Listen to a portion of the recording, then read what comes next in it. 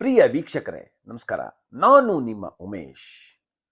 ಕುಂಭಮೇಳಕ್ಕೆ ಹೋದ್ರೆ ಜನ್ಮ ಜನ್ಮಾಂತರದ ಪಾಪಗಳೆಲ್ಲ ಒಂದೇ ಸಲ ಹೊರಟು ಹೋಗುತ್ತಾ, ಅಥವಾ ಕುಂಭಮೇಳ ಅನ್ನೋದು ನಮಗೆ ಕೇವಲ ಭಾರತ ದೇಶದ ಹಸಿವನ್ನ ನೀಗಿಸ್ಬಿಡುತ್ತಾ, ಜನರ ಬಡತನವನ್ನ ಒಂದೇ ಸಲಗೆ ಹೋಗಲಾಡಿಸ್ಬಿಡುತ್ತಾ? ಈ ರೀತಿಯ ಪ್ರಶ್ನೆಗಳನ್ನ ಈ ದೇಶದ ಕೆಲವು ಮಹಾನ್ ನಾಯಕರು ಕಳೆದ ಕೆಲವು ದಿನಗಳಿಂದ ನಿರಂತರವಾಗಿ ಹೇಳ್ತಾ ಇದ್ದಾರೆ. ಎಲ್ಲ ಟಿವಿ ಮಾಧ್ಯಮಗಳ ಮುಂದೆ ಹೋಗಿ ಈ ಪ್ರಶ್ನೆಯನ್ನ ಕೇಳ್ತಾ ಇದ್ದಾರೆ. ಧರ್ಮ, ಆಚಾರ, ವಿಚಾರ, ಆಧ್ಯಾತ್ಮಿಕತೆಯ ವಿರಾಟ್ ಸ್ವರೂಪವನ್ನ ನಾವು ಇವತ್ತು ಕುಂಭಮೇಳದಲ್ಲಿ ನೋಡಬಹುದು. ಕುಂಭಮೇಳಕ್ಕೆ ಹೋಗೋದು ಹಿಂದೂಗಳ ನಂಬಿಕೆ, ಅದನ್ನ ಇವರು ಪ್ರಶ್ನೆ ಮಾಡ್ತಾರೆ. ಇರ್ಲಿ, ಇನ್ನು ಆರ್ಥಿಕತೆಯ ಬಗ್ಗೆ ಇವರು ಮಾತಾಡ್ತಾರೆ.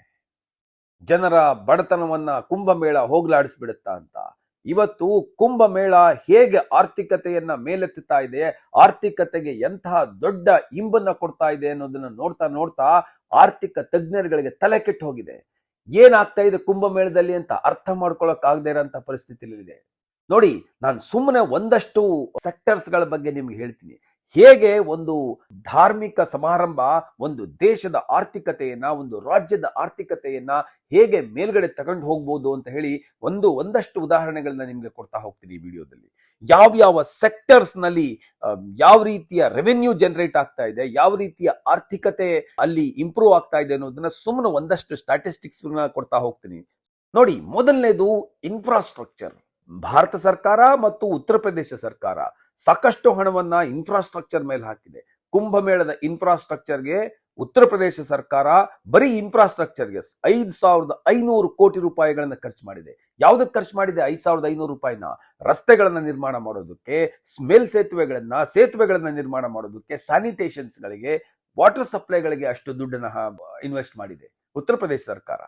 ನೋಡಿ, ಅದರಿಂದಾಗ್ಲಿ ಸಾಕಷ್ಟು ಜನರಿಗೆ, ಕನ್ಸ್ಟ್ರಕ್ಷನ್ ವರ್ಕರ್ಸ್ ಗಳಿಗೆ ಇವತ್ತು ಜಾಬ್ ಸಿಕ್ಕಿದೆ. ಸಾವಿರಾರು ಜನ ಕನ್ಸ್ಟ್ರಕ್ಷನ್ ವರ್ಕರ್ಸ್ಗಳು ಇವತ್ತಿಗೂ ಕುಂಭಮೇಳದಲ್ಲಿ ಕೆಲಸ ಮಾಡ್ತಾ ಇದ್ದಾರೆ. ಟೆಂಟ್ ಸಪ್ಲೈಯರ್ಸ್ ಗಳು ಕೆಲಸ ಮಾಡ್ತಾ ಇದ್ದಾರೆ. ಕೇಟರರ್ಸ್ ಗಳು ಎಕಾನಮಿಯನ್ನ ಬೂಸ್ಟ್ ಮಾಡ್ತಾ ಇದ್ದಾರೆ. ಅವರ ಜೀವನವನ್ನ ಅದರಲ್ಲಿ ಕಂಡುಕೊಳ್ತಾ ಇದ್ದಾರೆ.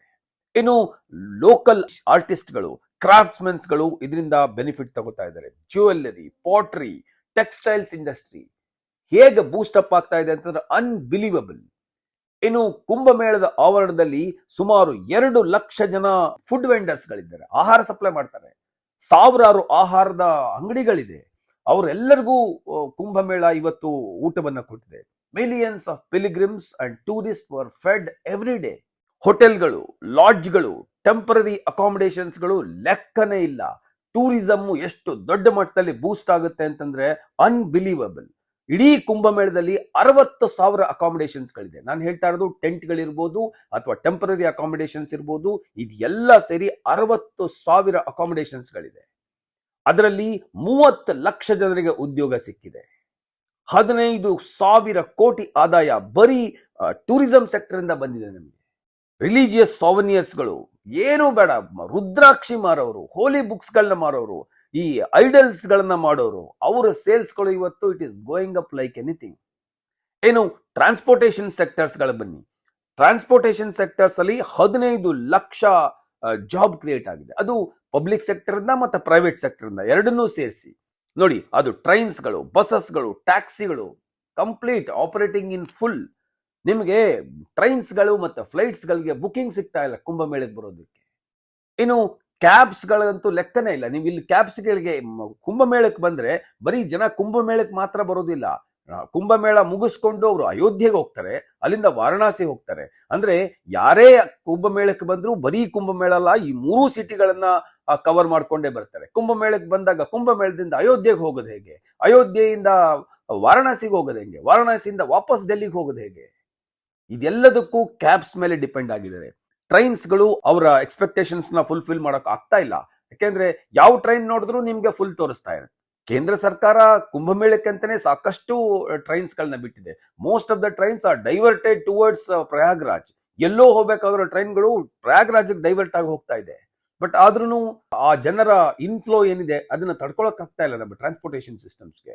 ಅಷ್ಟು ದೊಡ್ಡ ಮಟ್ಟದಲ್ಲಿ ಟ್ರಾನ್ಸ್ಪೋರ್ಟೇಷನ್ ಸಿಸ್ಟಮ್ ನಮ್ಮ ಎಕಾನಮಿಗೆ ಇಂಬನ್ನ ಕೊಡ್ತಾ ಇದೆ. ಇನ್ನು ಭಂಡಾರಗಳು ಅಂತಂದ್ರೆ ಫ್ರೀ ಆಗಿ ನೀವು ಇಡೀ ಕುಂಭಮೇಳದಲ್ಲಿ ಎಲ್ಲಿ ಹೋದ್ರೂ ನಿಮ್ಗೆ ಫ್ರೀ ಆಗಿ ಊಟ ಸಿಗುತ್ತೆ. ಊಟ ಫ್ರೀ ಆಗಿ ಕೊಡ್ತಾರೆ ನಿಜ, ಆದ್ರೆ ಆ ಊಟ ಕೊಡ್ತಾರಲ್ಲ ಆ ಭಂಡಾರಗಳಿಗೆ people are giving a significant amount of donations. ಅದು ಎಕಾನಮಿಯನ್ನ ಬೂಸ್ಟ್ ಮಾಡ್ತಾ ಇದೆ. ಇಂಟರ್ನ್ಯಾಷನಲ್ ಟೂರಿಸ್ಟ್ಗಳಂತೂ ಕುಂಭಮೇಳಕ್ಕೆ ಲಗ್ಗೆ ಹಾಕ್ತಾ ಇದ್ದಾರೆ. ಸಾವಿರಾರು ಜನ ಫಾರಿನ್ ಟೂರಿಸ್ಟ್ಗಳು ಅಲ್ಲಿಗೆ ಬಂದಿದ್ದಾರೆ. ಫಾರಿನ್ ಎಕ್ಸ್ಚೇಂಜ್ ಅರ್ನಿಂಗ್ಸು ನಮಗ್ ಬರುತ್ತೆ. ಅದು it is boosting the tourism sector of India. ಅದನ್ನ ಇವ್ರುಗಳಿಗೆ ಗೊತ್ತೇ ಆಗಲ್ಲ, ಸುಮ್ಮನೆ ಏನೋ ಒಂದು ಮಾತಾಡ್ತಾರೆ. ಇನ್ನು ಕುಂಭಮೇಳದಲ್ಲಿ ಪ್ರತಿನಿತ್ಯ ಸಂಜೆ ಕಲ್ಚರಲ್ ಪ್ರೋಗ್ರಾಮ್ಸ್ ಆಗ್ತಾ ಇರುತ್ತೆ, ಫೇರ್ಗಳಾಗ್ತಾ ಇರುತ್ತೆ. ಅದಕ್ಕೆಲ್ಲ ಸಾಕಷ್ಟು ಸ್ಪಾನ್ಸರ್ಸ್ಗಳಿರ್ತಾರೆ. ಒಂದು ಪ್ರೋಗ್ರಾಮ್ ಮಾಡಿಸ್ತೀವಿ ಅಂತಂದ್ರೆ 100 ಸ್ಪಾನ್ಸರ್ಸ್ಗಳು ಬರ್ತಾ ಇದ್ದಾರೆ ಇಲ್ಲಿಗೆ. ಆ ಸ್ಪಾನ್ಸರ್ಸ್ಗಳು ಜೊತೆಗೆ ಅಡ್ವರ್ಟೈಸ್ಮೆಂಟ್ ಕೊಡೋರು, ಅಡ್ವರ್ಟೈಸರ್ಸ್ಗಳು. ಇವರಿಂದ ಎಕಾನಮಿ ಬೂಸ್ಟ್ ಆಗ್ತಾ ಇದೆ.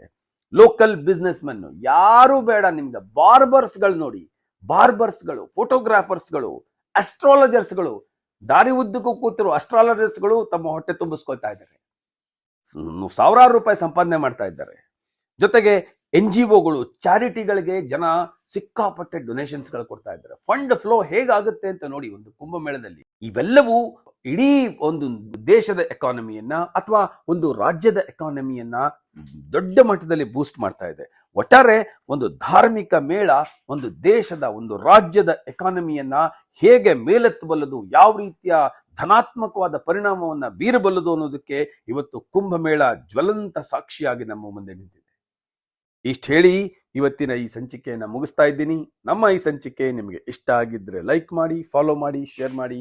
ಹಾಗೆ ನಮ್ಮ ಧಾತ್ರಿ ಕ್ರಿಯೇಷನ್ಸ್ ಯೂಟ್ಯೂಬ್ ಚಾನಲ್ಗೆ ಸಬ್ಸ್ಕ್ರೈಬ್ ಮಾಡಿ. ನಮಸ್ಕಾರ.